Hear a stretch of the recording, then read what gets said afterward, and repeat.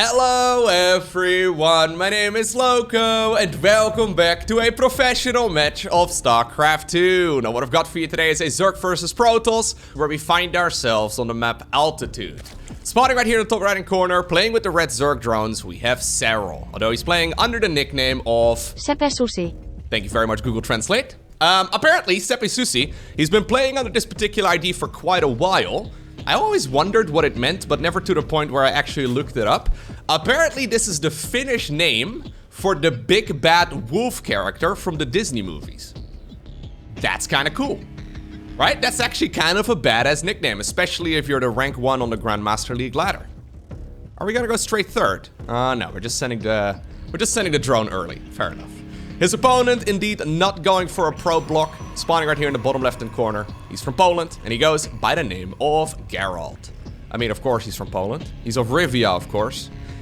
Anyhow, Serral sent me this particular replay last week, and he mentioned that this is a rather long game of Zerg versus Protoss. And it's been a little bit since we've last had an update on where ZVP late game is currently at. It seems that the majority of the games, they currently seem to end in the middle stages, right? We see a lot of mid-game aggression from both Protoss and Zerg, but for some reason, we don't really see that much late game. At the very least, I don't really see it all that often anymore. Maybe I just have missed those games, but I have so many replay packs coming in. I always sort them on file size first. So usually whenever there's like a tournament being played, I always try to sort them on the biggest file sizes at the top of the list. Usually those are the most epic games, but very rarely do they seem to be Zerg versus Protoss right now. It seems that the longer games in the current meta of StarCraft 2 are all Zerg versus Terran. Now historically, obviously, we've seen a lot of Skytles going up against that slower Zerg army. And Serral has always been amazing in that department. Interestingly enough, Serral doesn't really seem to enjoy playing Zerg versus Protoss late game that much. He thinks it's kind of boring. He said that on multiple occasions, but he is also absolutely incredible at it, so pick your poison, I suppose. One of the reasons why the game is balanced as it is because of Serral's late game control. So, yeah. It is what it is, man. Maybe you shouldn't have won so many tournaments. Maybe then late game ZVP could be over a little bit quicker. Anyways, we find ourselves on Altitude. Altitude, of course, the largest map in the current map pool. This map has a rush distance of 38 seconds. I just looked it up.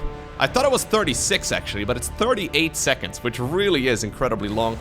Most of the maps are at like 32, 33, 34 seconds. I know it doesn't really sound like that big of a difference, but it really does, yeah, show you that a worker, so that's particularly a worker going across the map, needs just to simply put a longer time to get across the map, and because of that, any sort of aggression you want to go for is going to hit significantly later. Now, 5 seconds may not sound like a long time, but especially with Zerg, right, with the way that they produce, they can squeeze out more drones than they can on another map, because they can simply start producing units a little bit later. And guys like Serral will certainly be optimizing for the map size as well. Anyways, here we go. Geralt going in with a couple of adepts over here. Yeah, he could commit over there, but he probably wants to wait until the Oracle shows up. It's actually a Phoenix first. So he did go for a Stargate opener, but decided to go for a Phoenix as his very first flying unit. Can work out really nicely. The only downside is that usually it's a little bit more difficult to take your third base. So normally a third base would go up right about right now, and Geralt can certainly take it. It's just that he's got very few units to actually push back those links. Huh? He's looking around here. Okay, he sees the Zerglings over here as well. Okay, a bit of a strange interaction here. Geralt has got the money. I guess he wants to go for the base over here. Anyways, at the same time, we do have the Adepts right now shading forward into the main and the natural of the Zerg. So far, I don't think they've, killed much of anything. Very clean defense here by the finisher, as we've come to expect. Third Nexus, by the way, did go down over there, but at like 4 minutes and 10-ish seconds. Okay, he gets a drone at the very least. That base is about 20 seconds later than we ordinarily see it in this matchup if it's a straight Oracle. So this is, I guess, the main downside right there of going for that Phoenix first. Yeah, you can damage a couple of the Overlords, but you effectively also delay your third base. Okay. Oracle does not turn around, it seems. If Serral targets it down, there is a chance that he's going to be able to get that Nexus, but okay, it would be a little bit tricky. Adepts over here in the perfect position, by the way. Reinforcing Oracle also does show up. Yeah, and he pushes that back easy peasy. In the meantime, okay, we have an Oracle in the main base, getting another kill. 5 drone kills at the cost of 2 Adepts so far. I actually think that's pretty darn good. Losing the Oracles would really suck. He's flying all of his flying units around individually. I mean, right now they've decided to group up, but he's been controlling them very cleanly. Yeah, and other than that timing for the Nexus here, that was a little bit later than it really needed to be. I think this has been a really good start right here from Geralt. Okay. Double forts on the back of this. Okay. This is a style that we really don't see all too often. I talked about it quite a bit when the most recent balance patch was first introduced for StarCraft 2 and then when they first announced what they were going to change. Double forge. So the upgrades are much quicker now than they used to be back in the day, especially with chrono boosts. I think in total it was like, what was it? 11 seconds, 9 seconds, 7 seconds, something like that. On each of the upgrades. So +1, +2, +3. Basically, you can get the upgrades out faster than you could in the past, and I hypothesized that we would probably see double forge play a little bit more frequently. Turns out I have been completely wrong, but at the very least, Geralt is making me sound smart now, so I do appreciate that. Serral, in the meantime, going for the, well, standard opener here, right? Nothing all too crazy.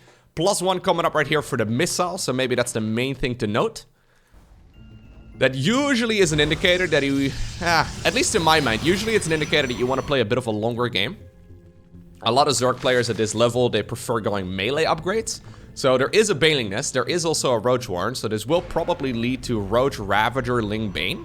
So that's a unit composition we see all the time, but usually that is played with melee improvements instead.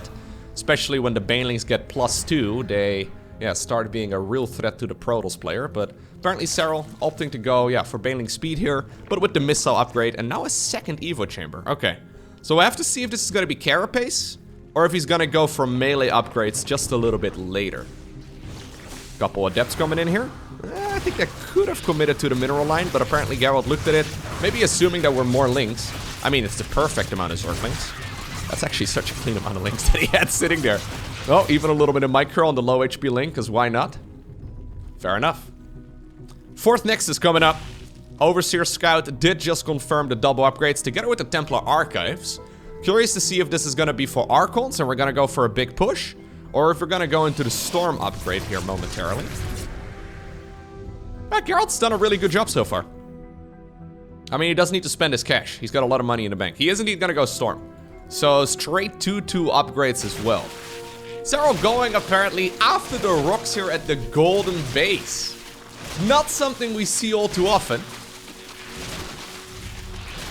I have casted like 2, well, I've casted probably 100 games on this map by now, if not more. But I've casted about 2 where this gold base was actually acquired. One of them, I remember that game very distinctly because I was so excited about it. Oh. Dark ended up taking the base and then lost like 10 seconds later. And then in one of them, I think the base was mined out. But very rarely do we actually see this gold come into play. Serral going for a bit of a push over here. This expansion is going to take ages before it gets up, man. One drone got killed, the other caught by a stasis ward. I think there's going to be one more caught by a stasis ward if he's not careful. Anyhow, a little bit of a push over here on the right side of the map. Those Protoss units hit a good amount of damage though. Oh no, is he waiting for this drone? No, there's another drone showing up. So this drone, while it's in stasis, is also blocking a hatchery. No, I don't think it's gonna fit. Okay, well, the expansion will happen eventually.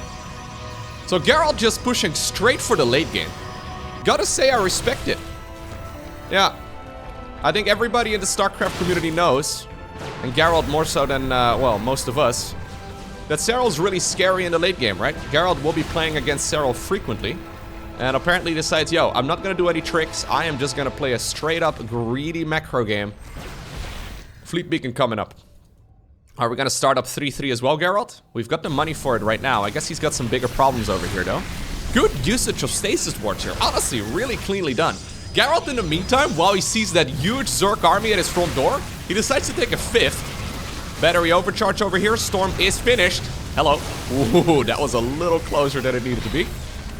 I was a little afraid that those High Templar were just gonna straight up die, but Geralt on top of that too. He doesn't have charge yet. Okay.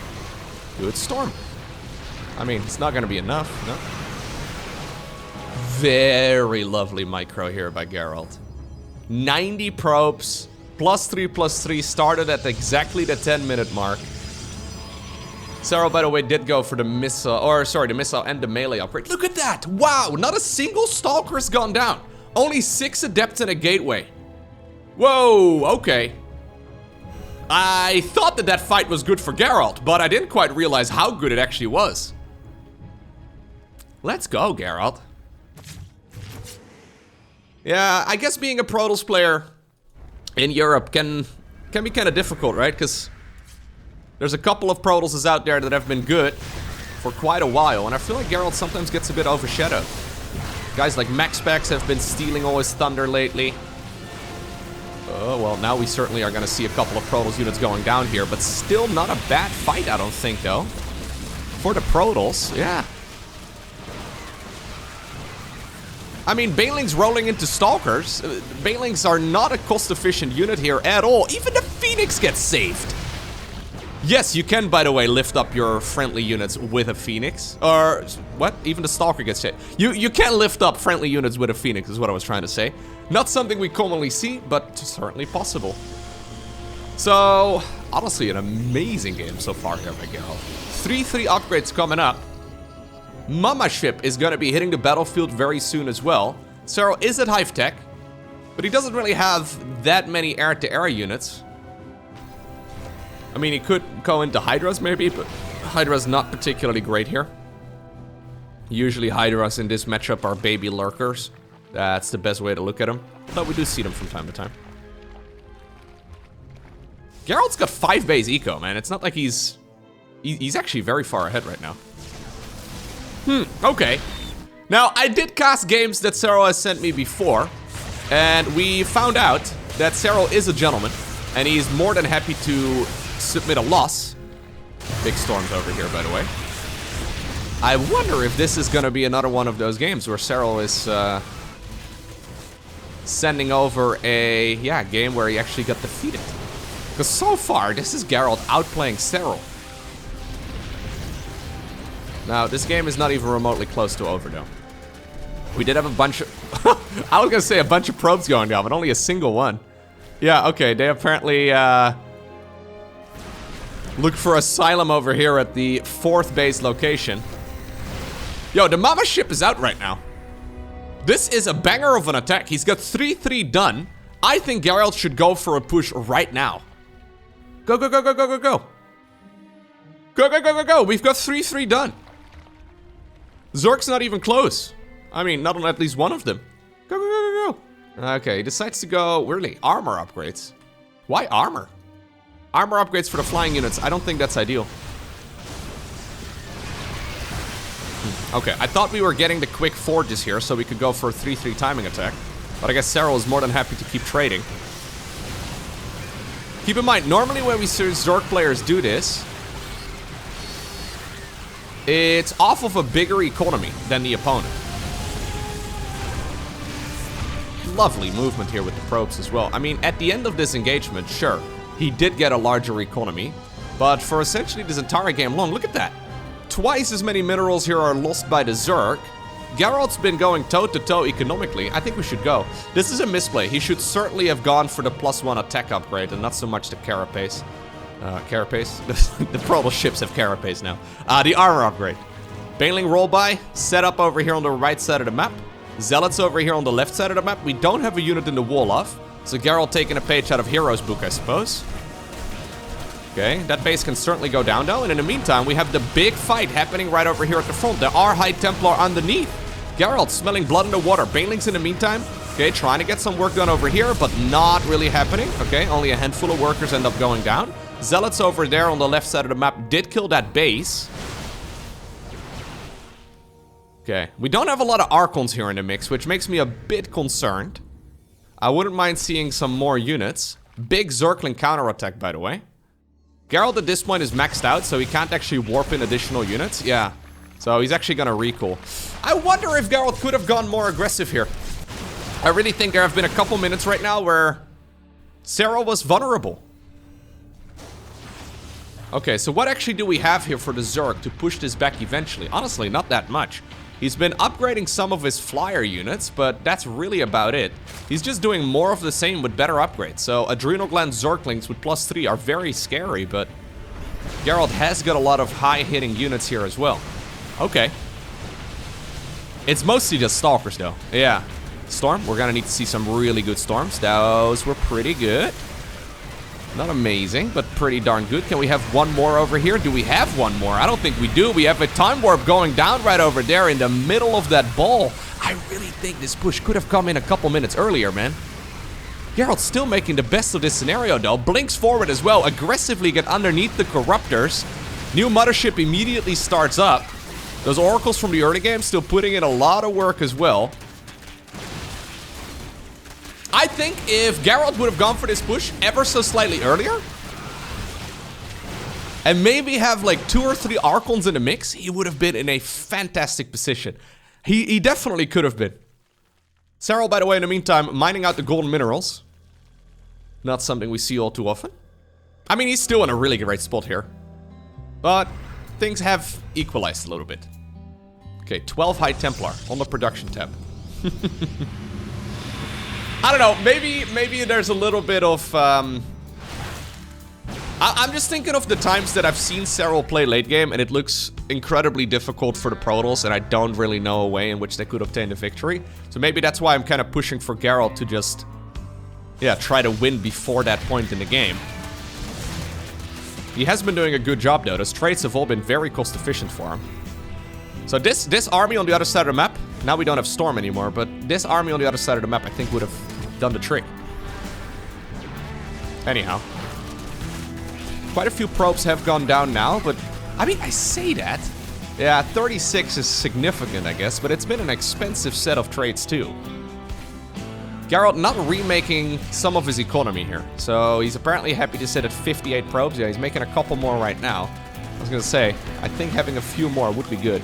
Those those Oracles have been amazing, man. 29 and 26 kills, respectively. That's insane. Do we have an observer over here? We do not have an observer. No observers available. Yeah, the creep is pushed very far out. We can use the revelation right here of those Oracles as well. Those Oracles have been absolute MVPs, man. So much work. Okay.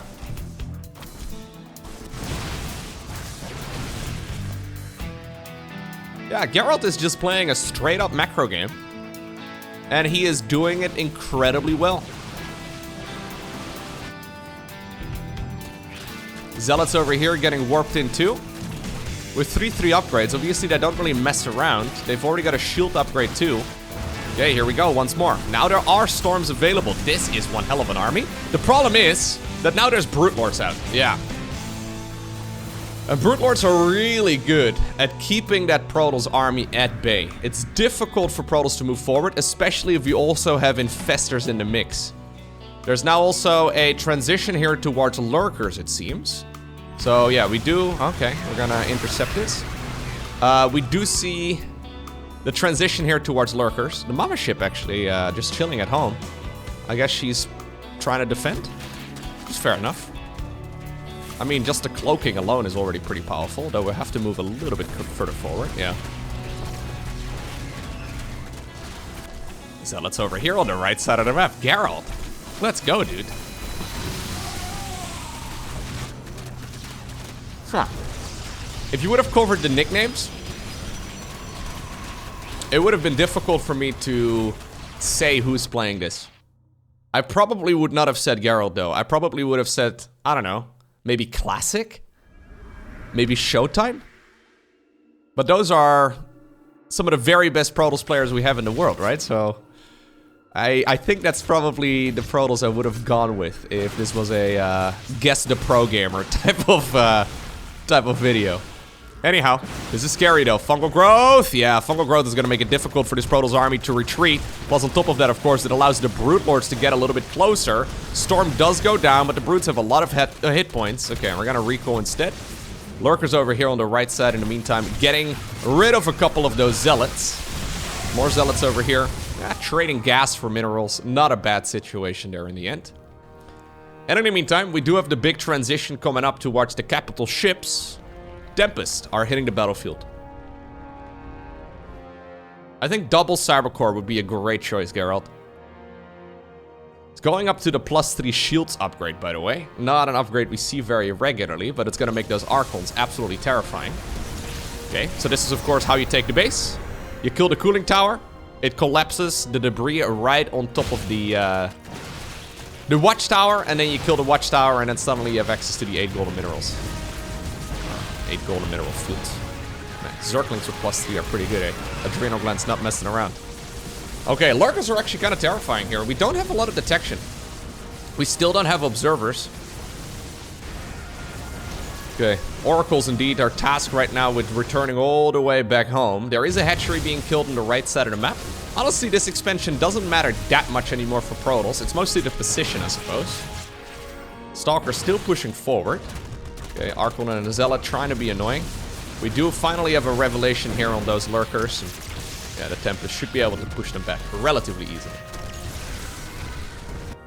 Okay. Zerg in the meantime, 65 drones remain. So one of the difficult parts about playing late game Zerg is that it seems to me, I mean the same can be said for Protoss, but it really does seem like you need at least 5 hotkeys to control the army properly.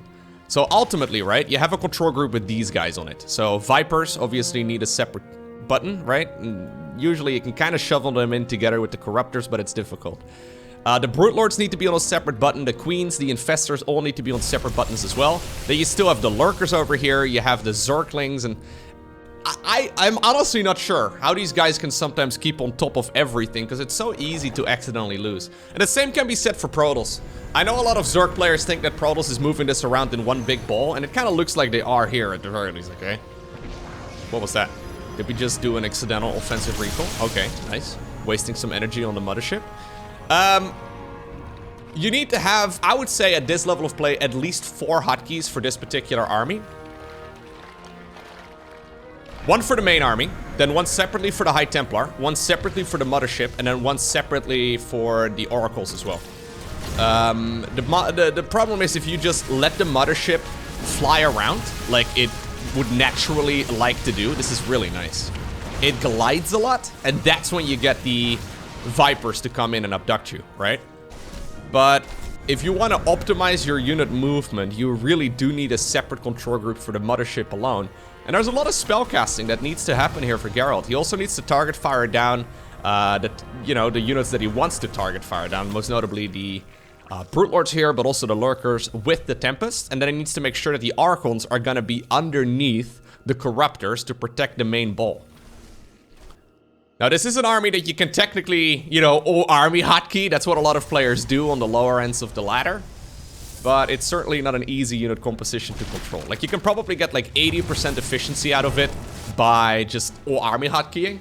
And I don't think you can probably get 40% efficiency out of the Zerg army over here if you just all army hotkey it. But yeah, to really squeeze the most juice out of these armies on both sides of the map, you need an absurd amount of hotkeys and incredible control. I'm really liking this game for Geralt, guys. Maybe it's rude that I sound a bit surprised by that. I don't mean it in that way. It's just that, late game, Zerg versus Protoss, Serral's playing. We've all seen this happen. Guy's dangerous. Geralt at this point has got a good amount of money in the bank, yeah, but he does decide to recall now. This Lurker counterattack being very annoying. Stalker's chasing this all down though, man. Look at this. Go, go, go. Blink again. We should have blink. Poof. Go. Go, go, go. Blink, blink, blink. Yeah. More Lurkers going down. In the meantime... Sorry, I missed something over here. This is a huge catch right over here by the Zerg. Parasitic Bomb. I mean, it wasn't really that big, I guess, in the end. Recall obviously was available on the mothership, so this is a cute little usage right there by Geralt. Protoss players do have a double recall. You can recall towards the mothership and you can recall towards a Nexus. They don't share cooldowns, so they're separate cooldowns. And that's the only reason why those units managed to survive there. That could have been a massive problem. Okay, golden minerals here acquired as well by Geralt. This is going to be a battle for the final minerals at this point. Oh, Infestors, nicely done right here. Feedback goes down too. There's a push over here on the right side of the map to try and go after this base. The main bulk of the Protoss army is rather slow, so it's trying to move on over in this direction. Okay, Stalkers blinked forward, but now they got caught off guard right there against the Zerglings, but still enough though. The reinforcements, that is, to keep that base alive. Ultra Cavern coming up here for StarCraft. Trying his best. I think double Spire would also not have been misplaced, but he decided to go single Spire and just slowly upgrade all the things. Okay. Oh, good feedbacks once again, man. Really lovely feedbacking.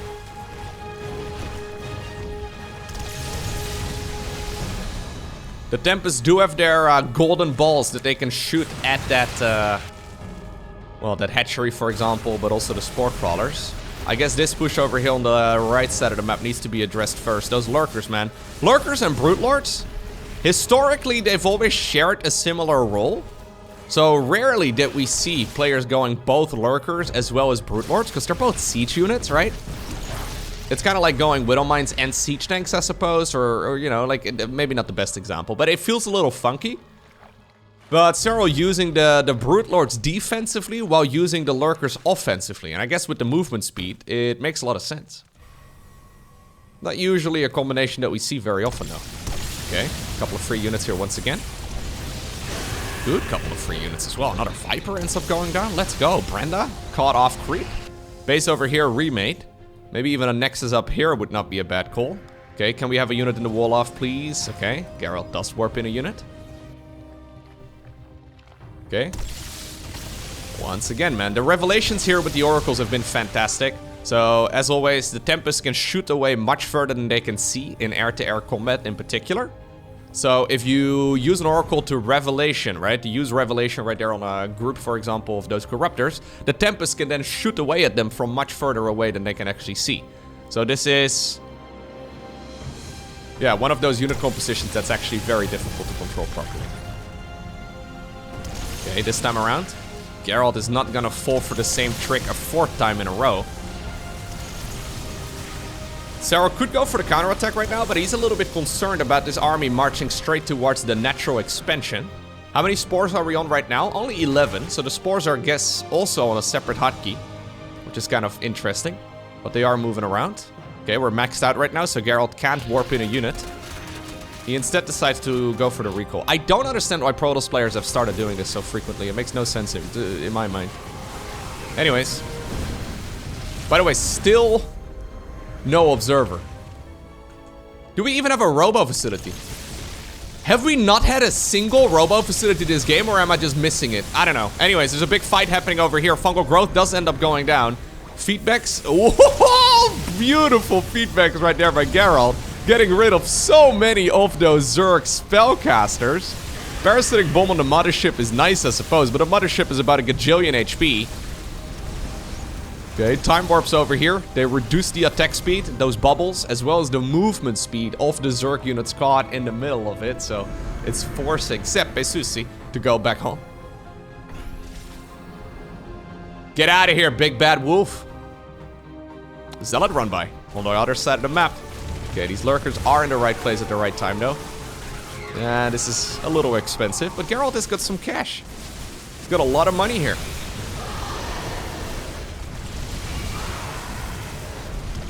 Okay, I do think we need to reinforce this. Yeah, I guess killing this base and then going home is the right move here, Geralt, because a lot of the units need some shields to regen, and the High Templar need a little bit of energy to regen as well. There's a fight happening over here on the right side of the map once again, so Geralt decides to head on over there. Serral's actually broke. Like, not financially, of course, in real life, because, you know, he's got like $1.5 million in tournament earnings at this point.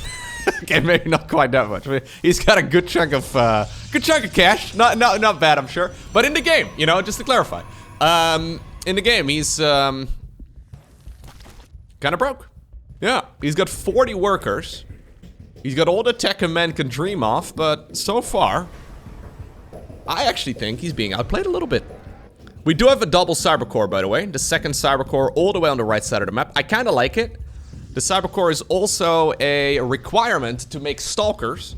And it isn't uncommon for Protoss to lose their entire army and then remake a gajillion Stalkers.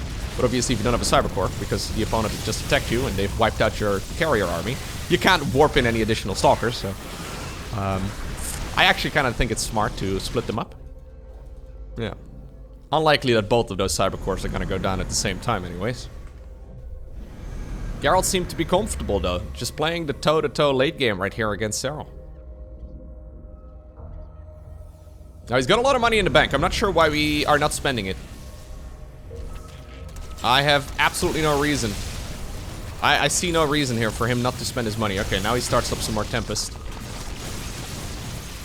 Okay, we're pushing forward here. Man, I would have liked this a whole lot better if this was a 200 supply army. Yeah, you gotta keep in mind that a lot of these units are in the production tab too, right? So Geralt, he needs to be very careful. I actually think this might be a misplay. Yeah, Serral is hunting this down right now as well. He gets a couple of good fungal growths off, making it difficult for this Protoss army to retreat. And he decides to recall. Okay, he gets out of there except for one Tempest. Okay. Carriers here getting hunted down. Archon's trying to get underneath. Okay, I don't really like the last 2 minutes here by Geralt too much. Yeah, there's something to be said for keeping, I don't know, maybe 10 supply or so available so you can warp in a couple of Zealots. Say, for example, Zerg breaks into your base. You can warp in like 5 Zealots, call it a day. But having like 40 open supply is kind of silly, especially when you have the resources to spend. Okay. Geralt going for the base over here. Here's that, yeah, big Zealot warp in. We still need detection though, man. I can't get over the fact that we don't have a robo facility.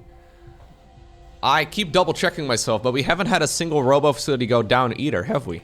No, he just hasn't made a robo facility, so he's only relying on detection with those oracles from, well, not the early game anymore. It's been remaking them, but he's been just using those. Okay, Archon's getting underneath. Viper ends up going down. Big storms here as well by the Protoss player. Those Corruptors just took a tremendous amount of damage, but still, this is not a maxed out Protoss army. Ooh, we have what is called the Loko maneuver over here. Couple of those neural parasites as well, taking control of the Protoss army. And that is what Serral was looking for this entire time. Yeah, he wipes this army. But, I really think if Geralt would have remaxed a little bit quicker, he would have been okay there, right? No gas taken over here on the right side of the map yet either on that new base, so he doesn't have that much income. He still has a ton of money in the bank. Gas is the main limiting resource at this point though for Protoss. Okay, that was the fight that Serral was looking for, and that now squarely puts him in the driver's seat of this particular match. But I feel like that fight happened because Protoss misplayed.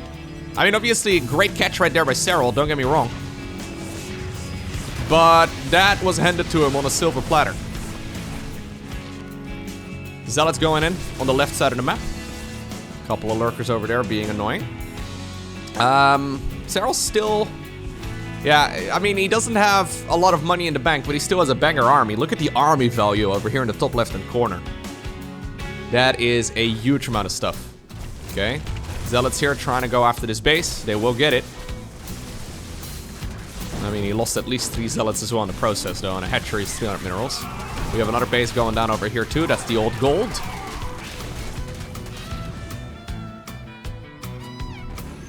And now we recall. Okay, love the recall.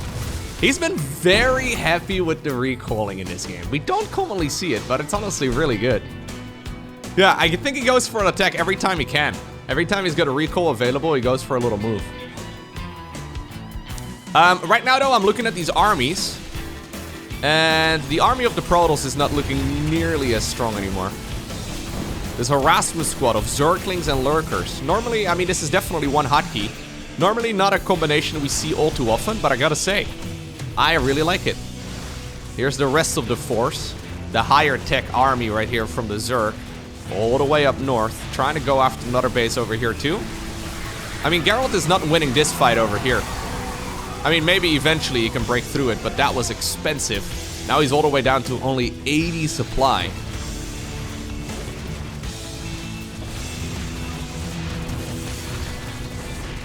I like how I find myself cheering so hard for the Protoss player, even though I play Zerg on the ladder myself. I try to be an unbiased commentator, but... I guess I'm cheering for the underdog, right? Everybody is a fan of high-level StarCraft. I honestly don't think I cheer harder for Zergs than I do for Protosses and Terran. I don't know. I cheer for good StarCraft, right? Like, that's... I know it's a bit of a boring answer, but I genuinely believe that, that is what I aim for. That's why I loved the World Championships this year, man. The fact that Oliveira ended up winning that thing. Just thinking about that underdog run of his. That is the run of a lifetime. It still puts a smile on my face. I watch that video that ESL put out about it every once in a while, and it's... yeah, it's good. Gives me nerd chills every time. New Nexus. Being made right here by Geralt. But you can see that he's starting to maneuver around this map a little bit more cautiously. Yeah, his army is just not as powerful anymore. He's only got 28 workers. 81 army supply versus 151. Serral doesn't know this. It's difficult here for him to know exactly how big the Protoss army is, so he's playing this very cautiously. He also doesn't really have a lot of wiggle room, I guess, right? If, for example, he's found off guard, right? He's caught off guard, then this could be an issue. So, just remaxing slowly but surely. 20 additional links coming up as well.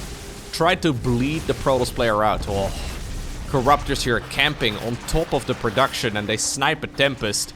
Geralt had to smash his piggy bank for that, man. He saved up for that Tempest for, well, minutes. Even the fleet beacon goes down. The fleet beacon going down actually does kind of suck. I don't know if you can really afford another fleet beacon here as Geralt. I mean, he's got a lot of money in the bank, but he's got a lot of minerals, right? So the minerals, I mean, you can warp in Zealots. Nice, I guess. But I'm not sure if that's really that great of a choice. There is a chance right now that Protoss is gonna go into Void Race. I don't think I would hate that, but... yeah, Lurker's running on over here as well. Fungal. Okay, no fungal growth this time around. The Brute Lords have arrived, though, and these Brute Lords, I mean, they need to be dealt with. They could go after all of the structures, but Serral once again just decides to back off. Trying to do some risk calculations while we're in the game. Kills the Stargate, kills a fleet beacon, decides to better of it and gets out of there, even though I think he could have continued the aggression. Yeah, he's feeling out that Geralt here is gonna go for an offensive right here, right? All the way up north. So, trying to get in position in time. Brute Lords are faster now than they once were, but they still take a very long time to flap their little wings to get towards the other side of the map. Oh. I don't know what Hero did, man. Hero has been giving Protoss players the go-ahead to, yeah, just leave their front doors wide open. 13 years of StarCraft 2, and in the last 5 months, Protoss players have stopped putting units in the wall off. I don't know why. It is objectively worse. The only reason why is because you want to use the all army hotkey. That's genuinely the only reason. Anyways, Stargates over here in the natural are falling. Geralt is maxed out, but I mean, he maxed out on a ton of Zealots again. He's got a good amount of money in the bank. Or sorry, a good amount of money spent right here on his army. The thing is, the Protoss needs static defense here, and Zerg doesn't really need it. Right? Protoss can not really take a straight-on battle here, or straight-up battle against Zerg. Serral trying his very best to just get as much money in the bank here before he commits to a big push. But I think it's coming here eventually. Yeah, he doesn't really want to allow this expansion over here. So here we're moving forward once again. Baiting the entirety of the Protoss army towards the main and the natural. And that's exactly the moment where these units go in as well over at this newly acquired base. Until that fight in the center of the map, and until that moment where Geralt for some reason was not remaxing, he had his Stargates on idle for what seemed like at least a minute. I was really liking this game for him. I actually think he was significantly ahead at that point. But then he took a fight against 200 supply Zerg, or give or take 200 supply Zerg, with like 160, maybe 170 supply for Protoss. And that is too much. Like, that is... Especially with Zerg, right? When they have such a spellcaster-heavy army, they have such an expensive army, you can't really afford a trait like that. Plus, there was really no reason to be caught in the middle of the map anyways. There wasn't really any good choice for that. One thing to keep in mind is that this is also a mental game, right? So, we're watching this, and I'm kind of tired casting the game, right? I've been casting this for 40 minutes now. These guys have been playing it, so they're playing fast. I mean, one of them a little bit faster than the other, admittedly, but they're playing this actively, so it honestly is a game of stamina. Here we go. Is this the fight? I think this is the fight you can be looking for. Yeah, here's some really good fungal growths. Now we have a neural parasite going down as well. The brute lords are engaging. There's a lot of corruptors in the air, but I don't really think he cares much about the Skytles army. I mean, there's only a couple of flying units available. A lot of Zerglings too. Okay, we have a couple of calm feedbacks there on whatever he can catch, but there's more spellcasters for Zerg than there are for Protoss. Geralt right now finds himself on creep. A couple of free infestors do get donated. These links could have certainly joined in as well, but I guess they're on the harassment squad hotkey.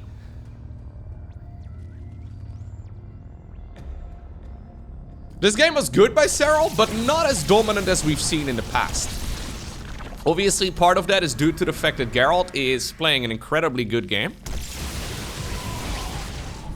But I do think we have seen Serral play this style a little bit more dominantly in the past. Maybe he's also a little out of practice when it comes to it, because we just don't see it all too often. But yeah, in the end, there can only be one winner, and that winner is Serral.